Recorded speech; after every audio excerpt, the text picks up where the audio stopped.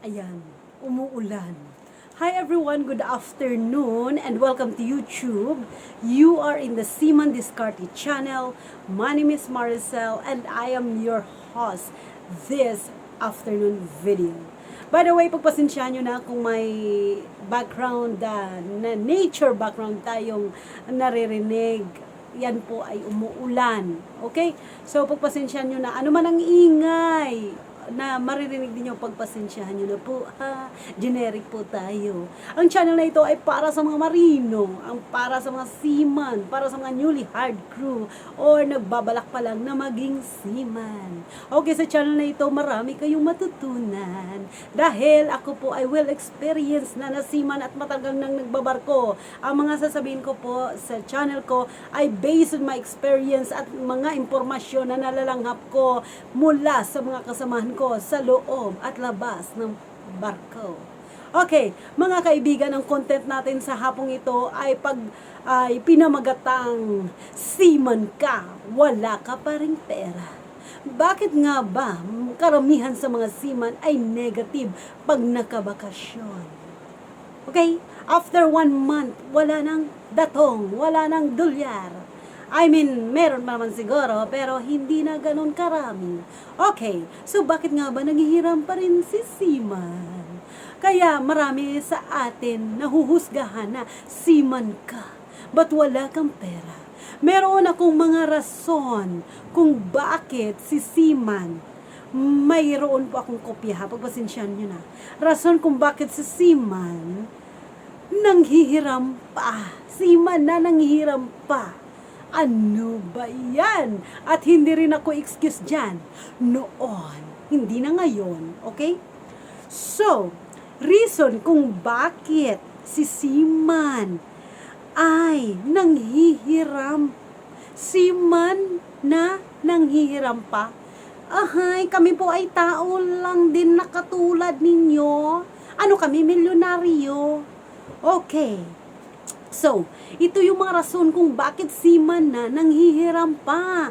Una, ang kontrata po namin 6 months versus 3 months vacation. Meron ding 7 months on board, 3 months vacation. Meron din 8 months contract versus 2 months vacation. Okay? So, hindi po kami 15 years contract, hindi po kami 20 years contract sa barko, ha? Kami ay months lang na lumalaban, inday, toto, okay? Para sabihin nyo na kami ay milyonaryo or kami hindi na talaga mawala ng pera. Okay. So, 6 months on board versus 3 months bakasyon. Hindi ka ba niyan matatalo kung may binabayaran kang lupa at bahay? Tapos may binabayaran kang kuryente, tubig, bahay na nirentahan, or else meron kang seaman's loan, or else meron kang house renovation na ginagawa. Tapos 2 buwan ang bakasyon mo, 6 na buwan ka sa barko, or 7 buwan ka sa barko, 3 buwan bakasyon mo, or 8 buwan ka sa barko, pero bakasyon mo 4 na buwan, di ka ba matatalo niyan? Magkano ang budget mo sa food allowance every day? Ayan na naman ang aking magandang pamangkin. Iyak na naman, shout out. Oo, so nagbabantay dyan, bantayan yung maigi si pamangkin, igaid mo kanyang bibig. Charot, joke lang ha, joke lang, baka mamaya ha. Paano man ang masasabi ko dito ha? Ano man ang hindi maganda sabihin ko, joke lang, lawakan yung pag-iisip nyo ha. Kasi wala tayong background music, so nakaka-boring kapag seryoso tayo dito. Pero itindihin nyo maigi at lawakan nyo mahigi ang mga sinasabi ko ha. Okay, bakit nanghihiram pa rin si seaman? 6-month contract versus 3-month vacation, di ka ba magdinigative niyan? Kung ikaw lahat sa pamilya at kung utangan ka walang balik-balik, hindi ka ba magni-negative niyan? Ha? After 2 months, after 3 months, si seaman umiiyak na, ngumanganga na. Hindi naman lahat ha. Take note, hindi naman lahat. Baka mamaya may mag-react dyan or mag-negative comment dyan. Pakinggan maigi ang sinasabi ko. Okay? Hindi naman lahat ha. Ang tamaan, bato-bato pa sa langit. Ang tamaan, wag magalit ha. Okay? So, ito, ang sinasabi ko ay base sa mga na-experience ko at base sa mga informasyon na nalanghap ko mula sa mga kasamahan kong marino. Kaya pag hindi ka marino, hindi mo mag-gets sa mga sinasabi ko. Pero pag ikaw seaman, pag ikaw marino, mag-gets mo sa channel ko, mag-gets mo yung mga sinasabi ko dahil marino ka, na-experience mo to. Okay? So, bakit tayo nag-negative minsan? Okay lang sana kung 6 months on board tayo, tapos isang linggo lang tayo magbabakasyon, balik agad sa barko, walang problema yan. Pero kung 6 months on board ka, tapos 3 months, halimbawa lang to, example lang to, 3 months bakasyon mo, tapos ikaw tanan, pati ninong-ninang mo, umasa pa sa'yo, okay? Tenami ka na, tingin mo hindi ka magne-negative. Pag hindi ka marino, hindi mo maintindihan ang mga sinasabi ko. Pero pag musiman ka, maintindihan mo yung mga sinasabi ko. Ha? Kaya wag kang paepal dyan na parang makapal ka ng papel. Wag mag-negative comment dyan. Kasi ang channel na ito, maititindihan lang kung ikaw ay marino, kung ikaw seaman. Okay? Kung ikaw OFW, maitindihan mo to. Pero kung ikaw dito ka lang sa Pinas, never ka pa nag-OFW, never ka pa nag-seaman, talagang di mo magigets sa mga sinasabi ko. Okay? So, pagpupulutan natin ng aral ang channel ko. Okay? So, kaya isa palang dahilan at itindihin nyo maigi. Itindihin nyo kung bakit nag-negative si seaman. Kasi, 9 months on board, 4 months vacation, syempre mag-negative siya talaga. Oh, okay? Gets nyo? Bali, ang panalo niya dyan, 5 months lang, kasi, kumbaga, 9 months siya on board. 4 months siyang magbabakasyon. I-less mo na yung 4 months na yun, so 5 months ang panalo niya. Kumbaga, 5 months lang ang pera na magagastos niya. Oh, so, kung di mo na-gets yung kwentahan yan, bala ka na magitindi, bala ka na sa buhay mo. Diskarte ko to, channel ko to. Oo. Kung hindi ka na namian, tahimik mo na lang bibig mo. Ayok ma-stress na kagaya kay Doc Willie Ong na-stress sa basher. Ha? Basta itindihin mo na lang mga sinasabi ko. Okay? Pero kung seaman ka at na-experience mo to, siguro magla-like ka talaga. Okay? So, kaya mga kapwa ko marino, isa sa dahilan or mga kapwa ko viewers, pag may nakita kayong seaman na talagang, seaman na, bakit nanghiram pa rin ng pera? Kasi nga, lumalaban kami by contract. Hindi kami yung kontrata namin 2 years, 3 years, 4 years sa barko. Hindi. Kontrata lang kami lumalaban. Tapos ang bakasyon namin, 3 months, 4 months. Oh, swerte na pag 2 months, bakasyon. Oh, swerte mo na kung 8 months ka on board, tapos 2 months lang bakasyon, yan pa. Okay pa yan.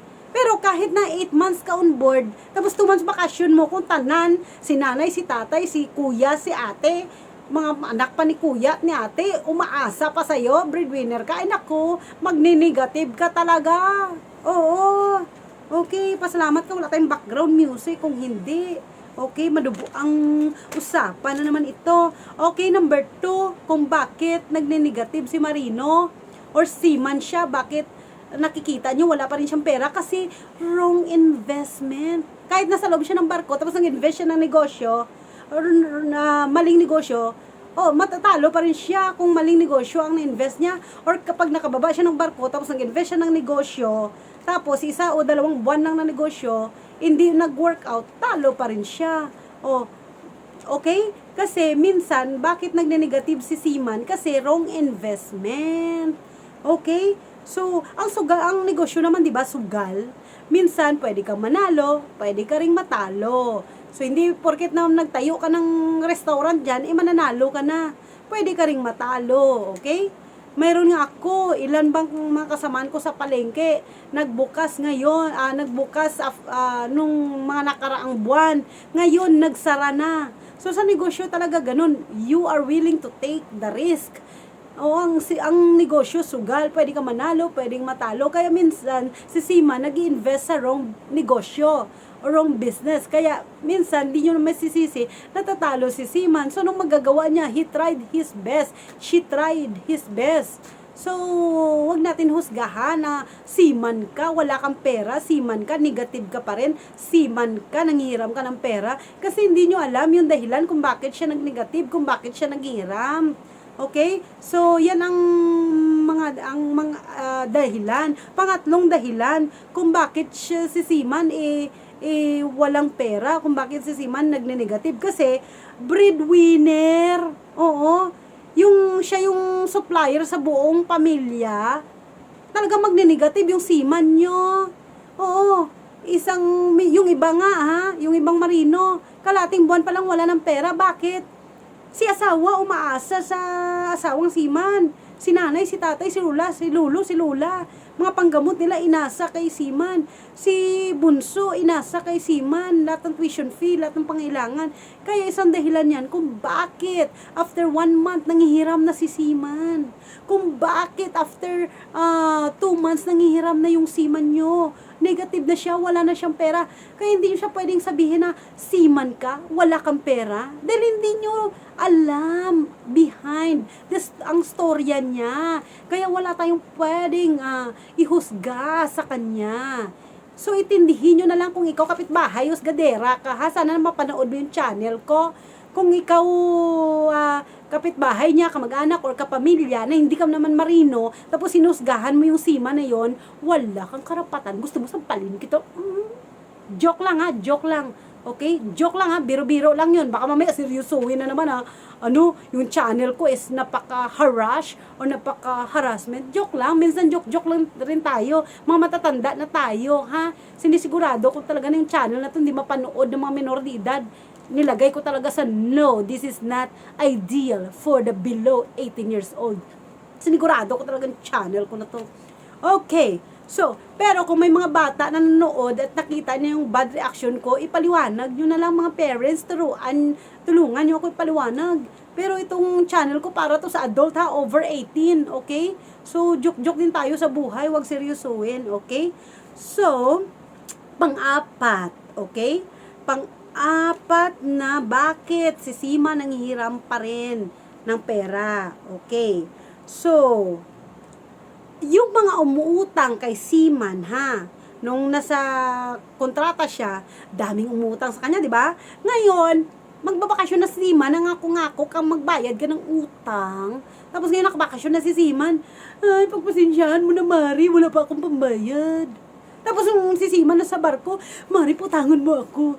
Pag dumating ka, babayaran ko. Ngayon, okay pa, nung dumating si seaman, di ka pa niya siningil. Ngayon, wala na si seaman, at naka 2 months na siya, 3 months na siya sa kanyang bakasyon. Kailangan niya ng pera, maningil siya siya, wala kang pambayad. Ikaw talaga, kumari ka ma. Ay, naku, sarap mo, Teresin. Nakita mo tong kamay ko? Teresin, taka karoon, Mari, ha? Utang-utang ka kay seaman, tapos hindi ka marunong magbayad. Lahat ng mga umutang sa seaman, marunong kayo magbayad dahil hindi namin yan pinupulot sa loob ng barko. Ang tingin nyo sa amin, lahat kami kapitan? Ha? Lahat kami kapitan ng barko? Okay na sana kung kapitan kami ng barko. Kay kadako sa sweldo namon. Magkapila lang ka sweldo namon. Ha? Kaya isang dahilan yan kung bakit 2 months, 3 months wala na kami kwarta. Kasi ginahut-hut nyo nga amon nga pinaghirapan kayo nga mangutang kayo. Ha? Or else, ikaw nga asawa, ikaw nga nanay, or tatay, or sino mga alate sang seaman nyo, hindi ka kabalo maghawak sang kwarta sang asawa mo. Kaya negative. Okay? Ikaw man nga iho, gatrabaho si papa mo sa barko, or ikaw iho, gatrabaho si mama mo sa barko, hindi ka kabalo sang hawak sang kinitaan ni papa mo, pasosyal pa mo sa eskwelahan. Ha? Gusto mo private, di ka ba makapublic? Ha? Marami na akong nakikita na pa-private, pa-social, tapos nag-pandemic, hindi na nakayanan or ano. Mag-public ka muna, tapos, buligan mo si mama mo nga nagatrabaho siya dito sa barko, ho. Buligan mo siya. Nga mag-public lang muna ako. Total, pariyo lang man ang ginatudlong, kasulod sa ulo ko. Okay, public muna ako, mag-aral ako maigi, tapos sisiguraduhin ko nga painto-inta na ka sa pagbabarko, sisiguraduhin ko ang buligan ta ka, okay? Hindi kayo papasok pag wala kayong 1,000 nga baon. Hindi kayo papasok pag walang 500 kayo nga baon. Tama ba yun? Tapos si mama nyo to sa barko gaobra, gapang kiskis ang buong barko, gapang kung ano pang inahimo niya sa sa sulod ng barko. Hindi ka maluoy ka, maawa ka sa mga sa kapatid mo na nagtatrabaho seaman sa barko, ha? Suportahan nyo. Kaya kung sino yung may mga utang sa seaman dyan, make sure na pagbaba ni seaman, magbayad ka mo. Or else, kung nangutang ka sa seaman, magbayad ka, tapos someday sasabihin mo sa kanya, Mari, seaman ka, wala ka pa pera? Mari, seaman ka, wala ka pa bahay? Or else, kumpare, tagal-tagal mo na nagbabarko pa, kumpare, wala ka pang, wala ka pang sasakyan? Nami ka na? Dahil nasa loob kami ng kontrata kung anong mga drama ang ginahimo nyo sa amon. Utang kayo tapos walang balik-balik. Okay. Mabalik man, pero may may mga kulang-kulang, may donation na kami. Sa iba gani kung mangutang gani kayo gina-interesan kayo sa amin kaysa pang mangutang kayo halos ibigay na namin. Okay. So, kung ikaw viewers, tapos mga sasabi ko, hindi ka conforme, tumahimik ka na lang ha. Okay?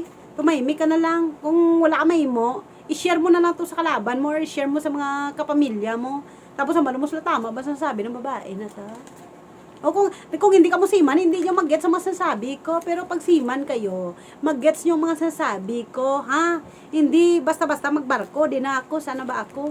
Okay. So, last but not the least, bakit seaman siya? Negative pa rin. Bakit seaman siya? Nangihiram pa.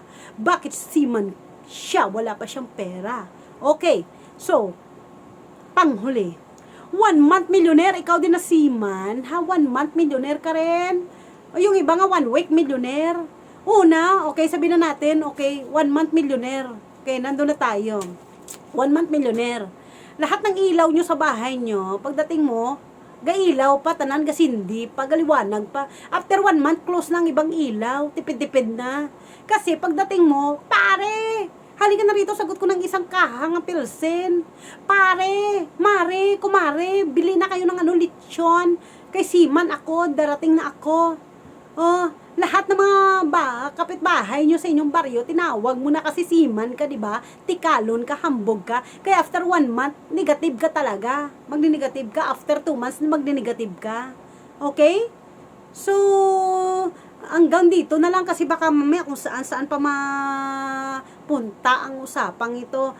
Pero sa totoo lang real talk tayo sa buhay. Kailangan matuto na tayo mga marino iwasan na natin yung 1 month millionaire. Sabay-sabay tayo matuto sa channel ko. Hindi lang ako, hindi lang lahat tayo.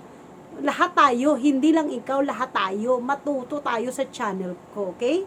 So sabay-sabay tayong bumangon uli.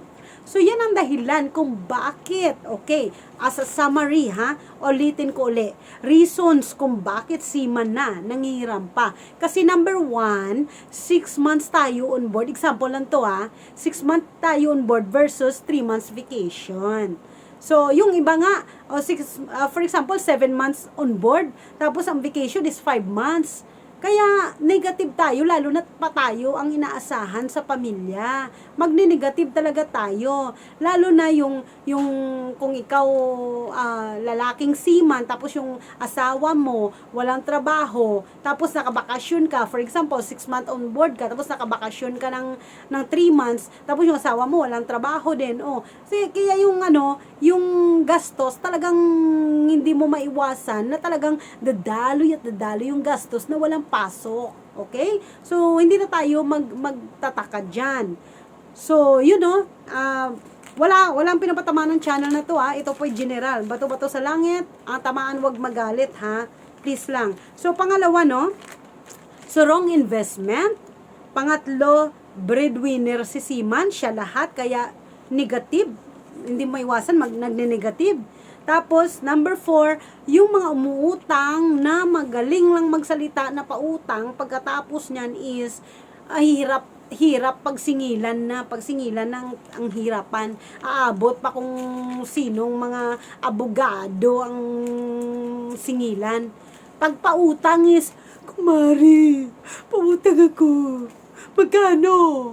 Pautang ako ng 500. Pagsingilan kumari, may 500 ka na? Wala pa, Mari. Next week na lang. Pagdating ng next week, kumari, may 500 ka na? Wala pa, Mari. Next month na lang. Diba?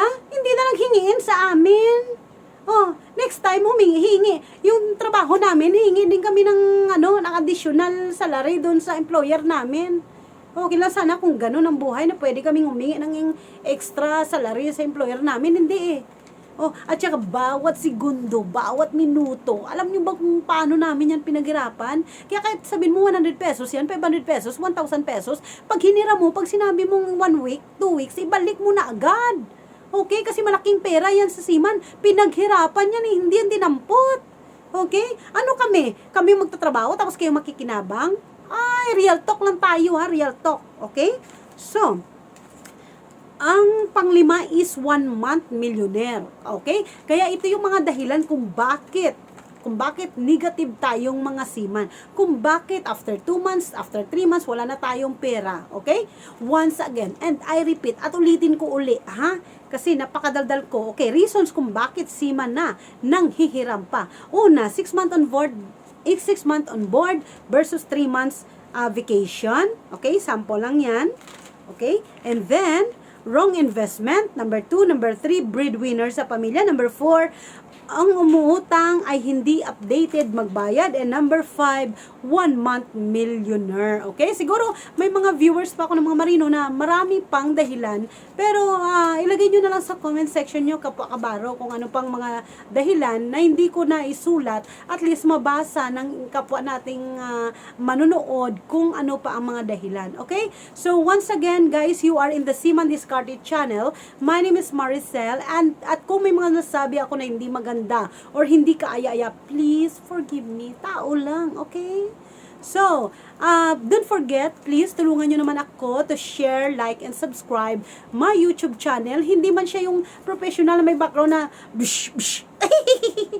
At least, generic ako, natural. Maybe someday, in the future, okay, mag-hire tayo ng mga professional, mga working student para matulungan na rin natin upang maging editor ng channel ko. So, ngayon, solo-solo muna ako. Ngayon, tiis-tiis muna. Ano ba yun? Organic muna tayo. At kung ikaw ay talagang nagkaroon to ng value or natututo ka sa channel na ito, please tulungan mo naman akong i-share ang channel ko sa iba pa na mga kapwa nating marino or sa mga iba pang mga kakilala or kapitbahay mo or kung sino man. Okay? So once again, God bless you and ano man ang gagawin mo. At kung ikaw ay marino na naka-onboard ngayon, okay? Magdasal ka lagi. Okay? Dahil ang Diyos na talagang makakatulong sa iyo. Magdasal ka na matapos mo ang kontrata mo na maayos at ligtas. So, next video ko, i-content ko siguro kung ano-ano bang mga ahensya na pwede nating pag-applyan dito sa Pilipinas. Okay? So, ang dami ko ng okay. Napapansin ko na sarili ko, ang dami ko ng okay. Itindihin nyo na lang mga minamahal kong viewers. Maraming salamat and once again, bye-bye and God bless you.